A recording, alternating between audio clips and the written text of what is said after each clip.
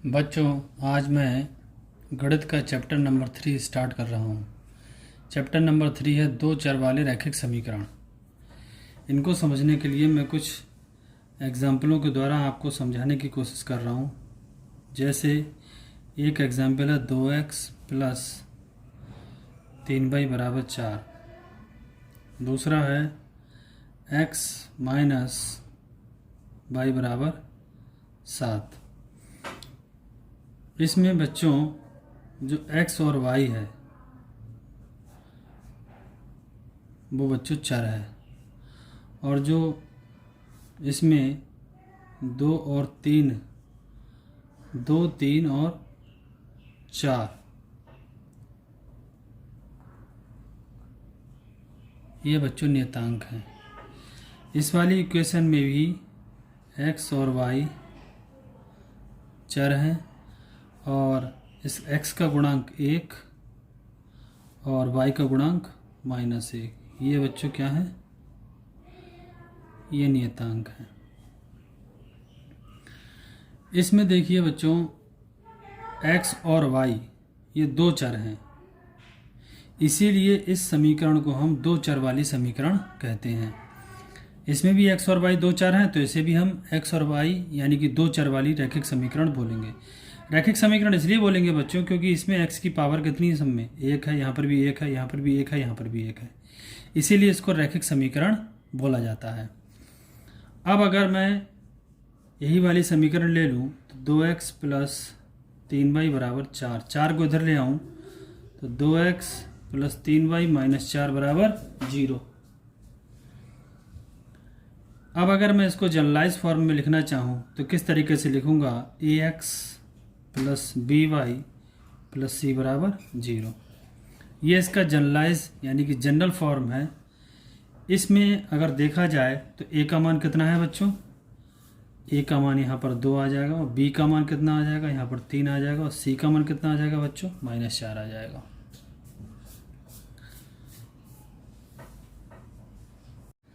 बच्चों, ये दो चर वाला रैखिक समीकरण तभी रह पाएगा यदि ये इस कंडीशन को फॉलो करेगा। यहाँ पर जो a है वो भी 0 नहीं होना चाहिए, और b जो है वो भी 0 नहीं होना चाहिए, और a² plus b² is not equal to 0। देखिए अगर इस कंडीशन का क्या मतलब है, अगर ये a 0 हो गया तो ये वाला पद खत्म हो जाएगा, तो केवल by ये एक चर का रह जाएगा। अगर b 0 हो गया बच्चों तो ये x यानी कि इसमें भी केवल एक चर आ जाएगा, तो ये एक चर वाला रैखिक समीकरण बन जाएगा। इसका मतलब इसमें a और b दोनों भी 0 नहीं होने चाहिए। ठीक बच्चों, अब इन दो चर वाले रैखिक समीकरणों को हम हल किस प्रकार करते हैं। दो चर वाले रैखिक समीकरणों को हल हम अगली नेक्स्ट एक्सरसाइज में हमारे पास 3 मेथड हैं। इस एक्सरसाइज में हमारे पास एक ग्राफिकल मेथड है। ग्राफिकल मेथड को मैं 3 स्थितियों में आपको बताऊंगा। इन 3 स्थितियों में बच्चों इन दो चर वाली रैखिक समीकरणों को हल करने के हमारे पास कई विधियां हैं। नेक्स्ट एक्सरसाइज में आपको मैं 3 मेथड बताऊंगा कि इन दो चर वाले रैखिक समीकरणों को किस प्रकार हल किया जाता है। इस एक्सरसाइज में आपके पास ग्राफिकल मेथड है, ग्राफ के द्वारा इनको हमें हल करना है। इन ग्राफ के द्वारा ही हम ये बता सकते हैं कि ये दो चर वाली रैखिक समीकरणें इनके युग्म होंगे बच्चों। युग्म इसलिए होंगे क्योंकि ये दो चर वाले हैं, और एक युग्म को ही हम हल करेंगे। यहाँ पर उन युग्मों में ये जो x और y के मान आएंगे, यानी कि जो दो रेखाएं, एक प्रकार से ये दो रेखाएं ही होंगी। इन दो रेखाओं, ये जो दो रेखाएं हैं, ये रेखाएं प्रतिच्छेदी होंगी, संपाती होंगी या समांतर होंगी। जब प्रतिच्छेदी रेखा होगी, प्रतिच्छेद करेंगी एक दूसरे को, तो इनका एक हल होगा। संपाती होंगी तो इनके अपरिमित रूप से अनेक हल होंगे, और समांतर होंगी तो इनका कोई भी हल नहीं होगा। देखिए मैं ग्राफ की विधि के द्वारा मैं आपको बताने की कोशिश कर रहा हूँ। सबसे पहला क्वेश्चन है,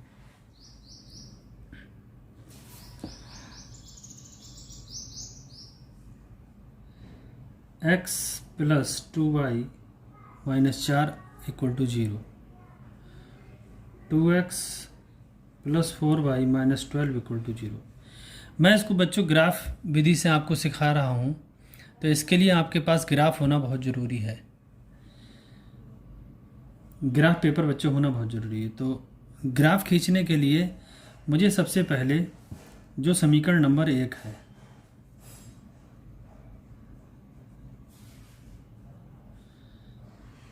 समीकरण 1 है x प्लस 2y माइनस 4 बराबर 0।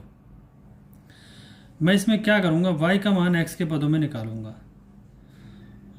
तो x प्लस 2y बराबर 4 माइनस 4 इधर ले जाएंगे प्लस का हो जाएगा, और 2y बराबर हो जाएगा 4 माइनस x, तो y बराबर हो जाएगा 4 माइनस एक्स बटे 2।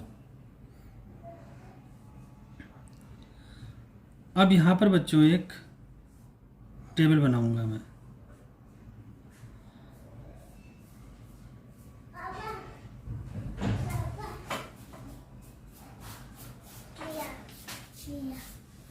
यहाँ पर बच्चों मैं x के मान रखूँगा इसमें, तो जब x का मान रखूँगा तो मुझे y का मान मिल जाएगा।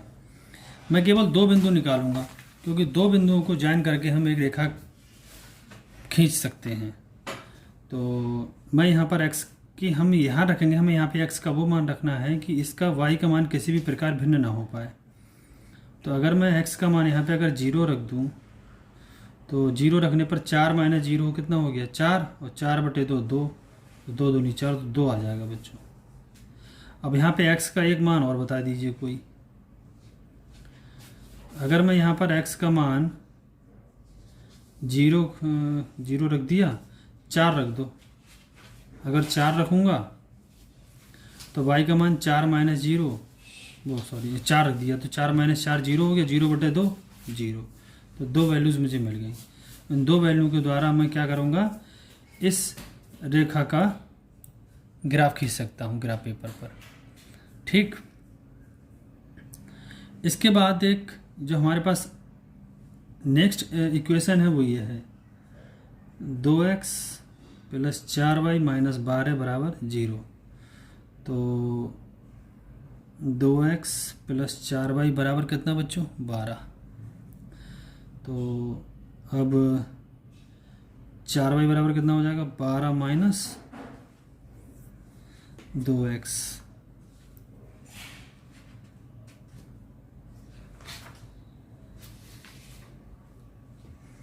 तो अब देखिए y बराबर कितना आ गया 12 माइनस 2x बटे 4 आ गया। अब यहाँ पर पुनः हमें जो है एक टेबल और बनानी पड़ेगी।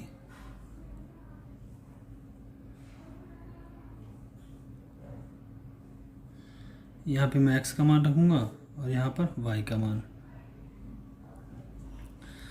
तो x का मान अगर मैं यहाँ पे 0 रखता हूँ तो y का मान ये तो 0 हो जाएगा, 12 में से 0 गया 12, 12 बटे 4 3। अब अगर मैं यहाँ पर x बराबर मान लीजिए मैं 6 रख दूँ, 6 दूनी 12 में से 12 गया 0, और तो ये 0 को 4 से भाग करोगे तो 0 आएगा। अब यहाँ पे देखिए ग्राफ कैसे बनाएंगे, तो इसके लिए एक ग्राफ पेपर होना बहुत ज़रूरी है बच्चों। तो ये देखिए बच्चों, मैंने एक ग्राफ पेपर यहाँ पर लिया है। अब इस ग्राफ पेपर में मैं इन 2 लाइनों को कैसे खींचूँगा। आपके पास ग्राफ पेपर ज़रूर होना चाहिए। देखिए ये बच्चों x अक्ष होती है और ये बच्चों y अक्ष होती है। ये मूल बिंदु होता है जिन पर ये दोनों एक्सिस एक दूसरे को काटती हैं। कक्षा 9 में आपने सीखा होगा ग्राफ को खींचना। ठीक, एक्स अक्ष के राइट साइड में धनात्मक और ऊपर की ओर धनात्मक, और इसके लेफ्ट साइड में ओरिजिन से लेफ्ट साइड में होता है ऋणात्मक एक्स एक्सिस, और ओरिजिन से नीचे होता है ऋणात्मक वाई एक्सिस। तो यहाँ पर देखिए जो पहली रेखा है उसमें हमें एक्स अक्ष पे 0 और वाई पे 2 चलना है। तो मैं पहले यहाँ पर इन खानों का इनको अंक दे रहा हूँ। तो ये चूँकि कम नंबर है इसलिए इसको 1 2 3 4 5 6, इसी तरीके से 1 2 3 4 5 6। अब देखिए एक्स एक्सिस पे 0, तो एक्स पे 0 और वाई पे चलना है हमें 2, तो 1 2, तो ये पॉइंट हो गया आपका बच्चों 0,2।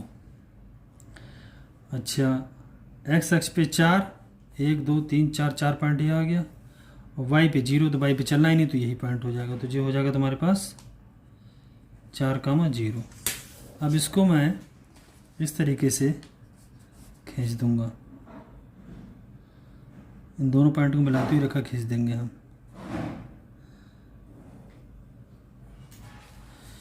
ठीक इसी प्रकार एक दूसरी रेखा है जो हमारे पास ये है। तो x पे हमें कितना है 0 है, तो x पे 0 y पे 3, तो x पे 0 y पे 3, 1 2 3, तो ये पॉइंट मिल गया 0,3।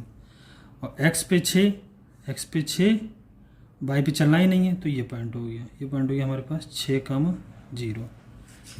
इन दोनों पॉइंट्स को हम मिला देंगे।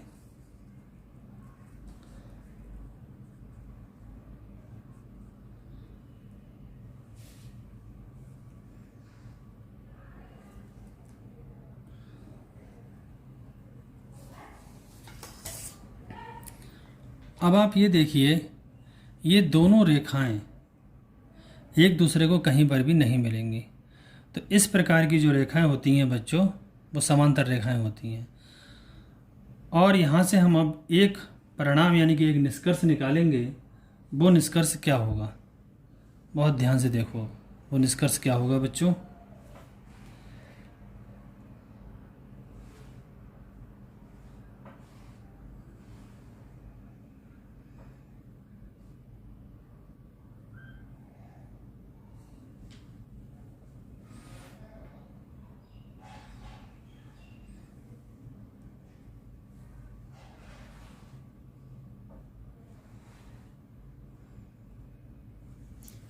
आपके पास दो समीकरणें थी, कौन कौन सी।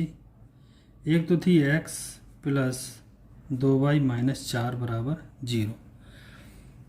मैंने जो जनरल फॉर्म लिखाई थी वो ax plus by plus c बराबर 0 लिखाई थी। चूँकि यहाँ पर दो समीकरण हैं इसलिए मैं इसको लिख सकता हूँ इस तरीके से, a1x plus b1y plus c1 बराबर 0। अब इससे अगर तुलना करी जाए तो यहाँ पर a1 कितना है बच्चों 1, और b1 कितना है बच्चों 2, और c1 कितना है बच्चों -4। ठीक इसी प्रकार हमारे पास जो दूसरी समीकरण है 2x प्लस 4y माइनस 12 बराबर 0, तो इसकी तुलना कर दूंगा मैं a2x plus b2y plus c2 बराबर 0 से। तो यहाँ पे a2 कितना हो जाएगा 2, और b2 कितना हो जाएगा 4, और c2 कितना हो जाएगा -12। अब अगर मैं आपसे कहूँ कि मुझे a1 बटे a2 बताओ कितना होगा, तो a1 तो 1 है हमारे पास, और a2 कितना है 2। अच्छा, b1 बटे b2 बताओ कितना होगा, b1 कितना है 2, और b2 कितना आया 4, तो 2 एकम 2, 2 दूनी 4, यानी कि ये भी आया हमारे पास 1 बटे 2। अच्छा, c1 बटे c2 बताओ कितना होगा, c1 कितना है -4, और c2 कितना है -12।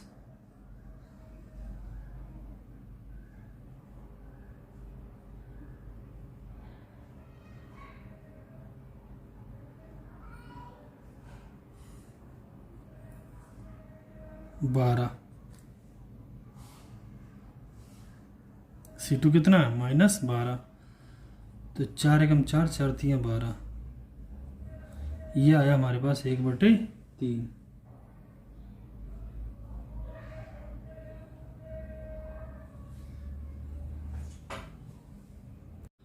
अब बच्चों ये जो मैंने अनुपात निकाले, इन अनुपातों से क्या सिद्ध होता है।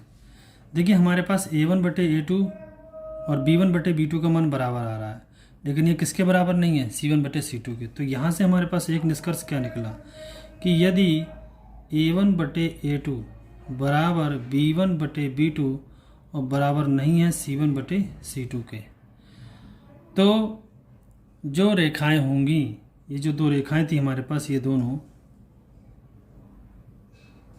इन दोनों के जो मान होंगे वो निकाल ही नहीं सकते हम, वो हम निकाल ही नहीं सकते।